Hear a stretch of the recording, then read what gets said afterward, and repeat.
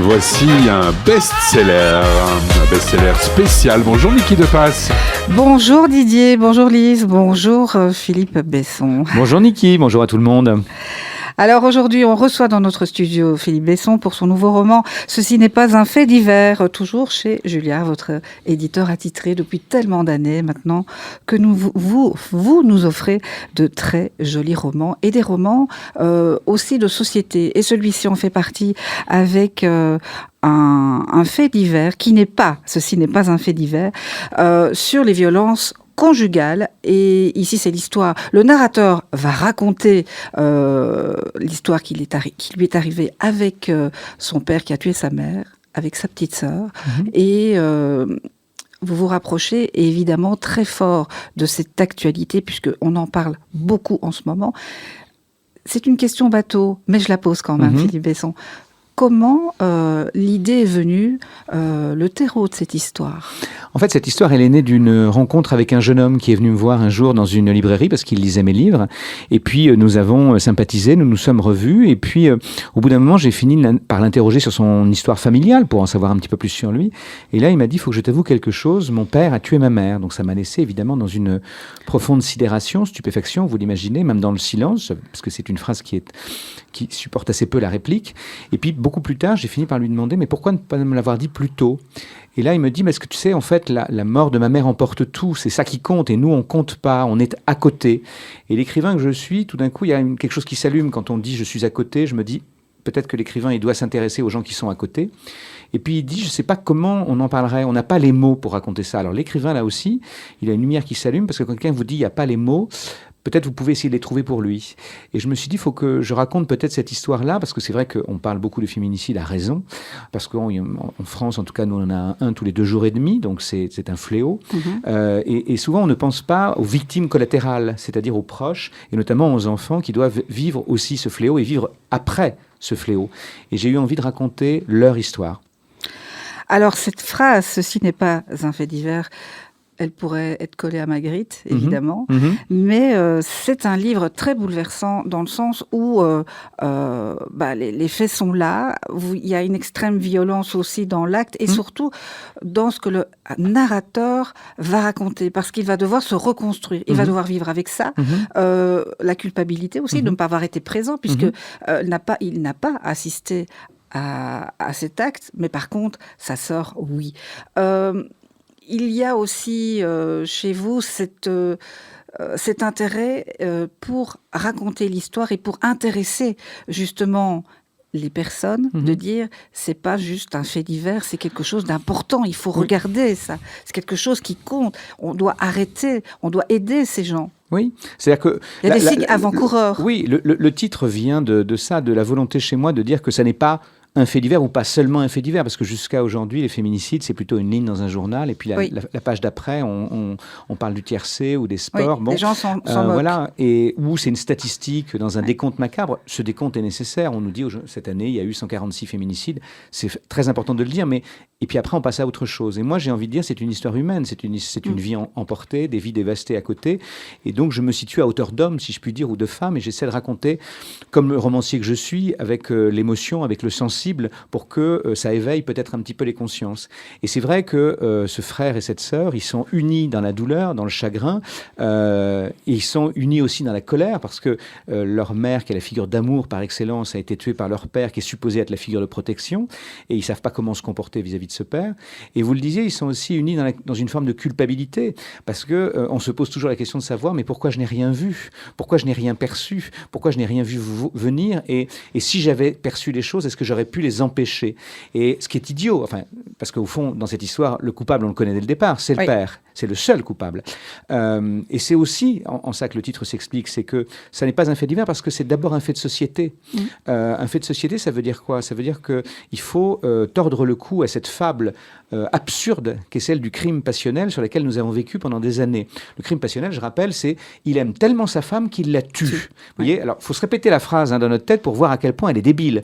Mais on a vécu vécu sur ça. C'était même presque une circonstance atténuante. Pauvre Oui. homme, vous vous rendez compte, il a perdu sa femme, on va pas en plus le Un condamner. crime Bon, très bien. passionnel. Donc, c'était très romanesque et très romantique, c'était juste complètement fou. Ouais. Et c'est un crime de propriétaire, le crime de féminicide. Pourquoi? Parce que c'est un homme qui ne supporte pas que sa femme s'en aille, s'émancipe, aille voir ailleurs. Parce que dans 2 cas sur 3, le féminicide a lieu lorsque l'épouse, la conjointe, annonce qu'elle va partir, qu'elle se sauve, qu'elle essaie de se sauver. Et à ce moment-là, il la tue.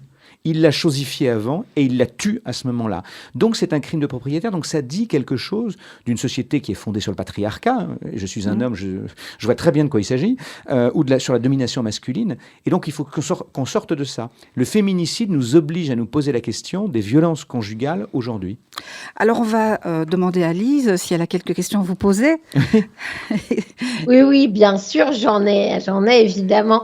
Alors, vous vous êtes indigné, Philippe Besson, à juste titre, quand vous étiez invité sur le plateau de C'est à vous la semaine dernière et qu'on vous a parlé du retour du député Front National Adrien Quatennens. La France à Insoumise, l'Assemblée député de la France nationale. Insoumise. Oui. France Insoumise, pardon. C'est vrai que parfois on les confond.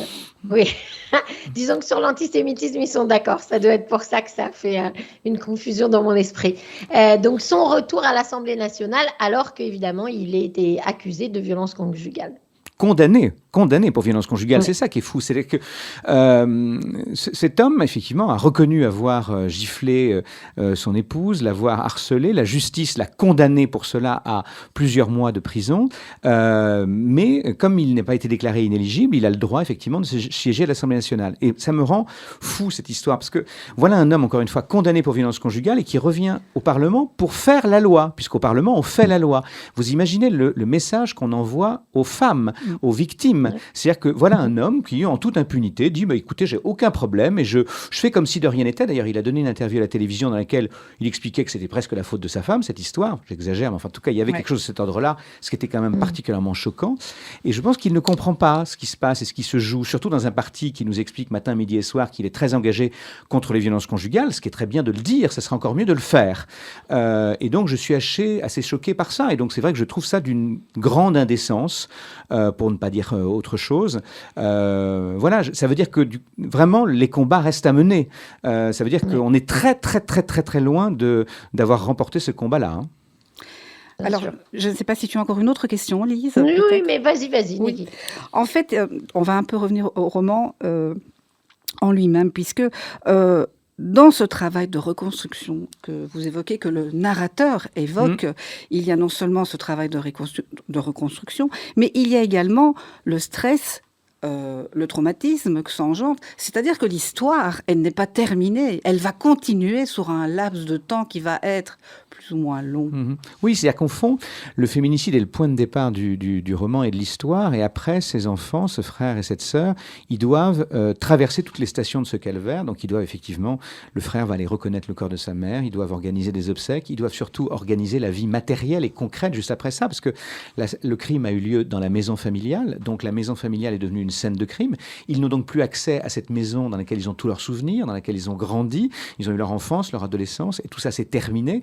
Donc ils doivent aller à l'hôtel, ils doivent s'organiser autant que faire se peut. Et puis ils doivent aussi évidemment affronter toutes les questions. Et le frère, pour essayer de s'en sortir, il va chercher une forme d'explication, non pas de justification, non pas d'excuse, bien sûr, mais d'explication en se disant qu'est-ce qui s'est passé avant, comment s'est joué ce continuum de violence pour en arriver là.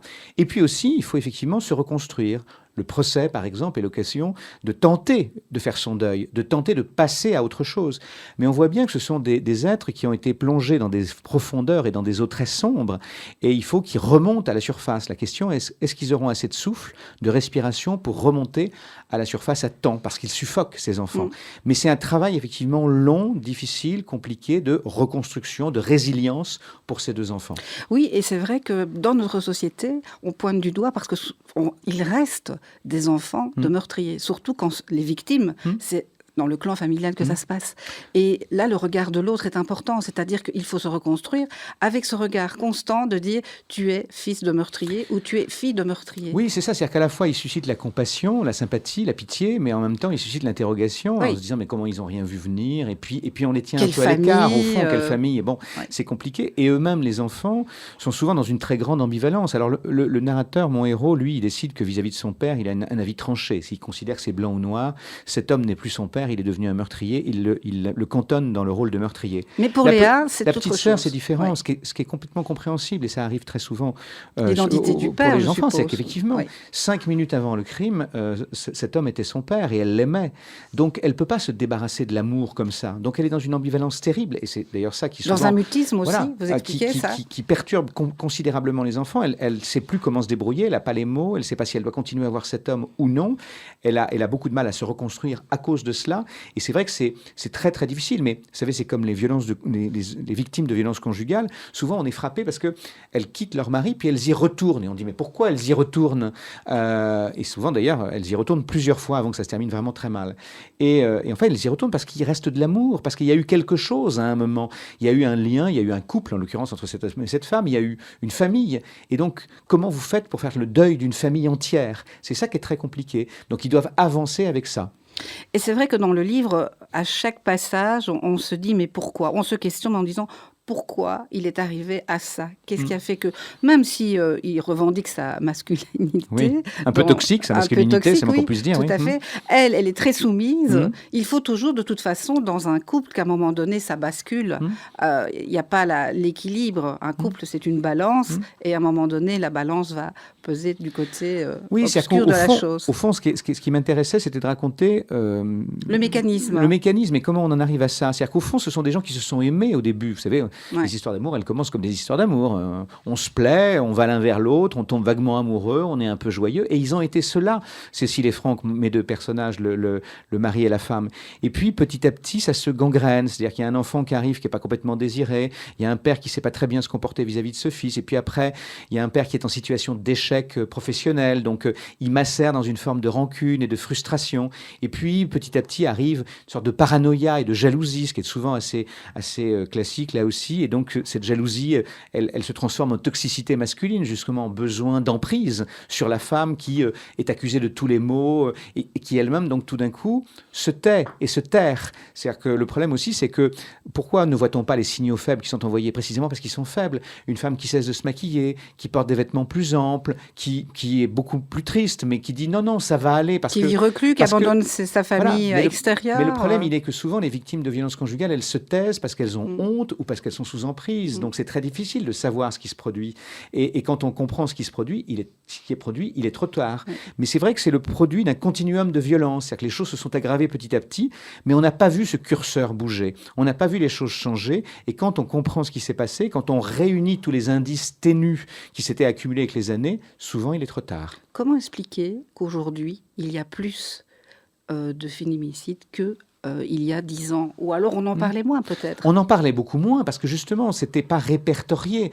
C'est-à-dire que ça faisait partie d'une réalité, encore une fois, le fameux crime passionnel, et il n'y avait pas ce décompte. Donc c'était une espèce de zone grise, on ne savait pas très bien ce qui se passait. Et au fond, tous les uns et les autres, et je me mets dedans, et surtout moi, homme, il y avait cette idée que c'était dans le décor et on s'y était habitué. Aujourd'hui, c'est devenu insupportable parce qu'on nous le montre, c'est terrible à dire, parce qu'on nous dit c'est là, c'est sous nos yeux, et vous ne pouvez pas vous débrouiller parce que c'est votre responsabilité, c'est notre responsabilité collective. Et donc la chose qu'on peut dire, c'est qu'au fond, la visibilisation des féminicides a au moins cette vertu, c'est qu'aujourd'hui, on sait contre quoi on doit lutter.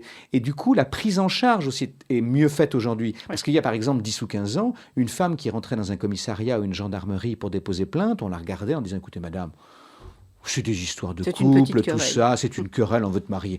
Qu'est-ce que ça concerne les gendarmes et la police? Pas du tout. Rentrez chez vous. Voilà, et puis réglez ça entre vous, ça va bien. C'est pas madame, c'est pas pour la police. Bon. Aujourd'hui, Dieu merci, d'abord c'était des hommes en plus qui répondaient ça à l'époque. Aujourd'hui, ce sont d'abord des femmes, souvent qui accueillent les femmes qui viennent déposer plainte. Et puis on entend davantage, on comprend qu'il faut sans doute prendre en charge cette question-là. Il reste encore beaucoup à faire, mais notre société, de ce point de vue-là, sa conscience s'est un peu éveillée. J'espère que ce livre, à son tout petit niveau, et parce que voilà, je vais dans le registre du sensible, peut aussi participer à cet éveil de conscience. On va passer la parole à Lise. Oui, je voulais qu'on revienne rapidement, Philippe Besson, sur le style de ce livre. Vous décrivez de manière très factuelle tout ce qui se passe et Niki l'a dit, c'est un roman qui est bouleversant. En même temps, on a l'impression que vous avez choisi une économie de mots pour ne pas peut-être tomber dans le pathos. Absolument, c'était nécessaire pour moi. C'est-à-dire que, vous savez, c'était d'ailleurs en cela que c'était difficile parce que l'écriture, par essence, c'est le lieu de l'exercice d'une liberté absolue. On écrit parce que justement, on a envie de tout s'autoriser, de tout se permettre. On invente des histoires, des fictions, des personnages, on se croit Dieu, etc. J'ai beaucoup écrit de romans, c'était jubilatoire d'écrire des romans. Et là, je vous avoue, j'ai pas du tout jubilé. Au contraire, j'étais dans une espèce j'ai écrit en tremblant, j'écris en faisant très attention, avec la nécessité de la justesse, avec la nécessité de rendre hommage le plus justement possible à ces victimes silencieuses et invisibles que sont ces enfants, et puis de parler de ces femmes et de ces violences avec justesse aussi. Et donc, il faut presque désécrire ou sous-écrire, c'est-à-dire qu'il faut s'en tenir à une forme de sobriété, de simplicité, de nudité. Il ne sert à rien d'en rajouter. En rajouter serait contre-productif et peut-être un peu indécent. Donc, il fallait justement ne mettre aucun pathos dans tout ça, parce que ce qui est raconté est suffisamment glaçant ou bouleversant pour que cela suffise. Et puis, j'écrivais avec un garde-fou, plutôt que des garde-fous. C'est-à-dire que je savais aussi en écrivant ce livre que je le ferais lire au jeune homme, et que si le jeune homme m'avait dit, après avoir lu le livre, tu es à côté de la plaque, c'est pas ça, j'aurais jeté le livre immédiatement au feu. Là, il se trouve qu'il m'a dit des choses bouleversantes, magnifiques sur ce livre, et donc ça m'a évidemment considérablement rassuré. Et puis, j'ai la chance d'avoir 2 éditrices qui sont très, très en pointe sur ces questions des violences faites aux femmes. Donc, elles aussi, quand elles ont lu le livre, l'ont trouvé juste, donc ça m'a rassuré là aussi. Mais c'est vrai que c'est la première fois que j'écrivais avec des garde-fous, alors que justement, on écrit d'habitude parce qu'on ne veut pas de garde-fous. Mais là, sur une thématique comme celle-là, ça s'imposait. Bien sûr. Alors, il y a un autre de vos livres qui a beaucoup d'actualité en ce moment, c'est Arrête avec tes mensonges, où il y a une adaptation au théâtre. Et vous êtes venu, Philippe Besson, le présenter pour la première fois en Israël, puisque l'adaptation a aussi eu lieu en hébreu. Oui, absolument. C'était un moment formidable parce que j'étais à Tel Aviv en décembre et la pièce était jouée. Elle est d'ailleurs encore jouée là en ce mois de janvier. Et c'était formidable parce que la représentation à laquelle j'ai assisté, il y avait un surtitrage en français. Voilà, et c'était très émouvant, une mise en scène de Nir Frankel avec des acteurs extraordinaires qui rendaient un très bel hommage à ce texte autobiographique que j'ai écrit il y a 5 ans. Et excellent souvenir et très grande gratitude à l'égard des artistes et des acteurs qui ont permis que ce projet existe. Et puis là, effectivement, en France, Arrête avec tes mensonges est également joué au théâtre et le film adapté du livre sort en France et en Belgique en février et mars. Donc c'est formidable. Pour un auteur, c'est une récompense merveilleuse. Alors, rapidement, comment vous avez trouvé Israël, Philippe Besson? Est-ce que vous avez été surpris? C'était la première fois que vous veniez? C'était ma première fois en Israël. Écoutez, j'ai adoré Tel Aviv parce que je trouve que c'est une ville bourrée d'énergie. Il y a comme ça, c'est très tellurique. Il y a quelque chose de formidable dans cette ville. Et puis j'ai été merveilleusement accueilli par tout le monde, par les gens du théâtre, par ma traductrice et par vraiment une communauté sur place qui s'est montrée extraordinairement généreuse. La pièce aussi a été très bien accueillie. Et voilà, on a eu droit à une standing ovation, donc c'était très très gentil. Et puis j'avais demandé à aller un peu aussi visiter le reste du pays. Donc je suis allé à Césarée, je suis allé à Jérusalem. Et c'est vrai que je ne connaissais pas. Et donc c'est vrai que comme première, comme baptême, c'était très touchant, très bouleversant et très intense surtout. Merci beaucoup Philippe Besson pour cette visite dans nos studios déjà, pour ce livre, Ceci n'est pas un fait divers chez Julliard, et on attend impatiemment le suivant, qui sera peut-être encore une pépite, parce que c'est une pépite, malgré que c'est un fait divers, et qui n'en est pas un, assez bouleversant et cruel quelque part, et c'est l'horreur. Ça ouvre quand même beaucoup de possibilités à la réflexion dans notre société, et il ne faut pas fermer les yeux sur ce genre de drame. Merci à vous. Merci beaucoup.